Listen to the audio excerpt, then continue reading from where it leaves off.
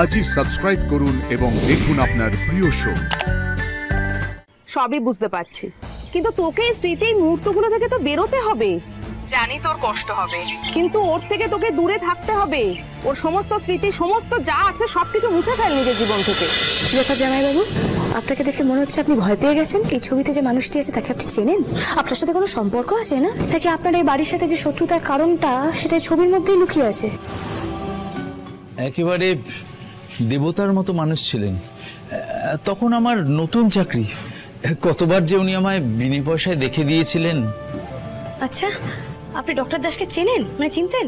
চিনবো না কেন, এখনো তো আমরা ওনার কথাই বলা বলি করি। বড্ড ভালো মানুষ ছিলেন, কিন্তু শেষটা এসে ওনার যে কি মতিভ্রম হলো, সব তছনছ হয়ে গেল। ইনি হলেন ডক্টর দাস, বিখ্যাত ডক্টর দাস। ইনি আমাদের ফ্যামিলি ফ্রেন্ড। ডক্টর লাহিড়ী কাকুমণি গল্প করতেন এনার সঙ্গে, কিন্তু তারপরেই একটা ইনসিডেন্ট হয় খুবই খারাপ। একজন পেশেন্ট মারা যান ওনার হাতে, এবং সেটার জন্য ওনাকে অপমানিত হতে হয়। আর এই সব কিছু না উনি সহ্য করতে পারেননি, তাই সুইসাইড করলেন। যে চলে গেছে তার তো শুধু ভালোটাই মনে রাখা ভালো। এই যে দেখছো না এত ট্রফি, বেশিরভাগ তো ওনারই পাওয়া। একেবারে মাটির মানুষ ছিলেন গো। এই ডক্টর দাসের কোথায় বাড়ি তুমি বলতে পারবে? না, বাড়িটা ঠিক কোথায় সেটা বলতে পারবো না। ও আচ্ছা, ঠিক আছে। ও কাকা, বলছি ডক্টর দাসের বাড়ি কোথায় সেটা না হয় তুমি জানো না, কিন্তু ওনার বাড়ির কাউকে তুমি জানো? মানে ওনার বাড়ি থেকে কেউ এখানে আসতো, কখনো দেখেছো? হ্যাঁ, বাড়িতে তো ওনার বউ ছিলেন আর ওই দুটো ছেলে ছিল, এটাই শুনেছিলাম। আচ্ছা কাকা, বলছি এই ডক্টর দাসের ব্যাপারে জানতে পারবো? মানে ওনার কোনো রেকর্ড আছে এখানে, কোনো ফাইল বা এমন কিছু যেখান থেকে ওনার ব্যাপারে কিছু জানা যাবে? আনন্দী আমার বাবার সম্পর্কে এত ইনফরমেশন গ্যাদার করছে, এত দূর পৌঁছে গেছে আনন্দী। না, আসলে ওনার ব্যাপারে জানতে গেলে মানে আনন্দী বলছি, তুমি এখানে কি করছো? ক্লাস শুরু হয়ে যাবে তো। আমি একটা ইম্পর্টেন্ট কথা বলছি, একটা সিক্রেট রিভিল হতে পারে, আমাকে বলতে দাও। সিক্রেট? কি সিক্রেট? ইনি কে? কে? উফ বাবা, সুন্দর, তুমি এদিকে এসো। এক মিনিট কাকা, উনি ডক্টর দাস। আমি নিজে দেখেছিলাম সুপানদাকে ওনার ছবি দেখতে, ওনার ব্যাপারে আমি কাকার সাথে কথা বলছি। আরে বাবা, বাড়ির প্রত্যেকের চোখের আড়ালে গিয়ে সুপানদার ডক্টর দাসের ছবি দেখছিল। আর দেখছে তো দেখছো, সেটা বড় কথা না। বড় কথা হচ্ছে সুপানদা ওনার ছবি দেখতে দেখতে চোখ মুখের পুরো ভাবই পাল্টে গেছিল। আমি নিজে দেখেছিলাম, জানো, কেউ একটা অদ্ভুত দৃষ্টিতে উনি ওই ডক্টর দাসের ছবি দেখছিলেন। চোখ কান সব তোমার খোলা আনন্দী, তার উপর মা দুর্গা তোমাকে একটা মাথাও দিয়েছেন। কি নিখুঁত ভাবে সব বুঝে ফেলো তুমি।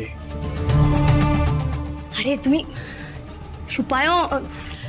সুন্দর দেখেছো তো? সুপানদা করতে করতে আমারই মাথাটা খারাপ হয়ে গেছে। কি ভাবছো? সুপানদাকে চিনতে পারছো না তো? সুপায়ন, আরে বাবা, যে আমাদের বাড়ি থেকে অ্যারেস্ট হলো, আমাদের বাড়ির জামাই, তুমি তো ছিলে সেদিন। আচ্ছা একটা কথা বলো তো, সুপায়নদা কেন এভাবে ডক্টর দাসের ছবি দেখছিল? ওর সাথে ডক্টর দাসের কোনো ইমোশনাল অ্যাটাচমেন্ট নেই তো?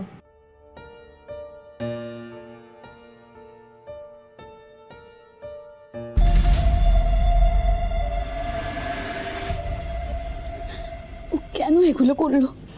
কিসের জন্য? আমি কি অন্যায় করেছিলাম বলতো যে আমার এরকম একটা বিয়ে হলো? শোন, তুই এবার এটা থেকে বেরিয়ে আয়, ঠিক আছে? অনেকদিন তো হলো। দেখ, কোর্টে আমি এরকম কত রকমের কেস সামলাই, তো ধারণাও নেই। আর তোর কি মনে হয় যে সুপায়ন যেটা করছে সেটা অত্যাচার নয়? মানে স্বামী শুধুমাত্র ঝগড়া করলে বা গায়ে হাত তুললে সেটাই অত্যাচার? ও যেটা করছে এটাও এক ধরনের অত্যাচার। তোর মুখ থাকছে তোর পরিবারের কাছে? শোন, তুই যদি কেস করিস, তোর কেস আমি লড়বো, তোর এক্ষুনি ডিভোর্স হয়ে যাবে। ডিভোর্স? কি বলছিস তুই? কি, তুই এখনো ডিভোর্স শুনে এইভাবে আটকে উঠছিস? আরে সুপায়ন একটা ক্রিমিনাল, ও তোর পরিবারকে এইভাবে বিপদে ফেলছে। কোথায় তুই এরকম একটা ক্রিমিনালের থেকে নিজের জীবনটাকে সরিয়ে আনবি, তা না? আরে ওই মানুষটা আমার স্বামী। থাম, যে স্বামী তোর বাড়িতে থেকে তোর পরিবারকে এইভাবে বিপদে ফেলে সে তোর কিসের আপন? হ্যাঁ, ও দরকার পড়লে তোকেও ছবল মারতে পারতো। তুই এক্ষুনি তোর লাইফ থেকে ওকে বার কর। সবকিছু ভুলে যাওয়া এত সহজ? আমাদের এত স্মৃতি, এত মুহূর্ত। সবই বুঝতে পারছি, কিন্তু তোকে এই স্মৃতি মুহূর্তগুলো থেকে তো বেরোতে হবে। জানি তোর কষ্ট হবে, কিন্তু ওর থেকে তোকে দূরে থাকতে হবে। ওর সমস্ত স্মৃতি, সমস্ত যা আছে সবকিছু মুছে ফেল নিজের জীবন থেকে। সব স্মৃতি, সব চিহ্ন। তুই ওই জিনিসগুলো সমস্ত ঘর থেকে সরা, দেখবি সুপায়নকে নিয়ে তোর যত মেমোরি আছে সেগুলো আস্তে আস্তে সব সরে যাচ্ছে। তুই মুক্তি পাবি।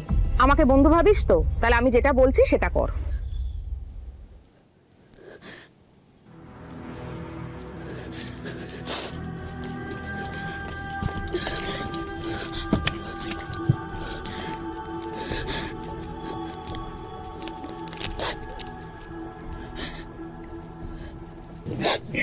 কেন করলে তুমি এরকম?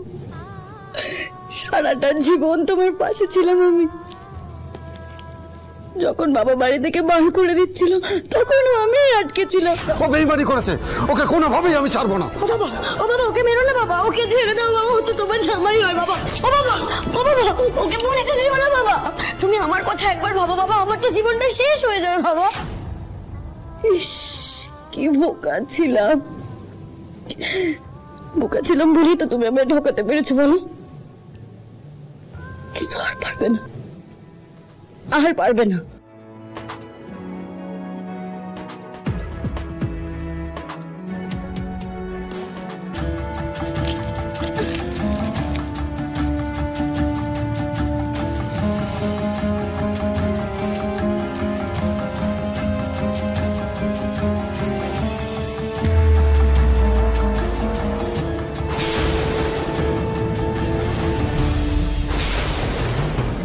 কি করছো?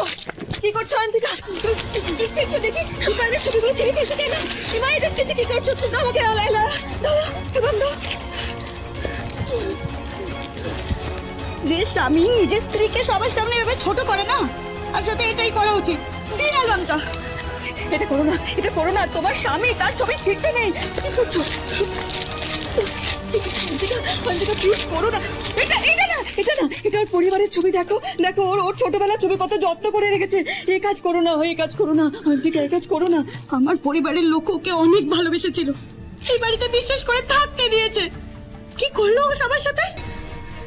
সে ঠিক আছে, কিন্তু না, এই ছবিটা আমাকে দিয়ে দাও। করো না, করো না। তোমার স্বামী থাকবে। ও যা কিছু করো, তোমার স্বামী থাকবে। ও সুপায়নের কোনো জিনিস এই বাড়িতে থাকবে না।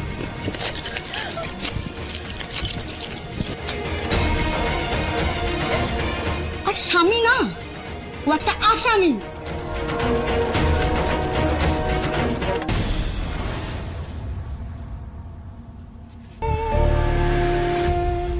দাদার কাছে বাবার ছবি দেখে ফেলেছে আনন্দী, অথচ দাদা সে কথা কোনোদিন আমাদের বলল না। না না, দাদাও জানে না, দাদাও জানে না ব্যাপারটা। আর দেখো, কাকা কিন্তু বললেন যে ডক্টর দাসের 2 ছেলে। সুন্দর, আমি ধরেও নিলাম যে সুপায়নদা তার মধ্যে এক ছেলে। তাহলে আরেকজন ছেলে কোথায়? সে কে? এটা কি করছে আনন্দী? সবকিছু বুঝে ফেললে তো খেলা শেষ।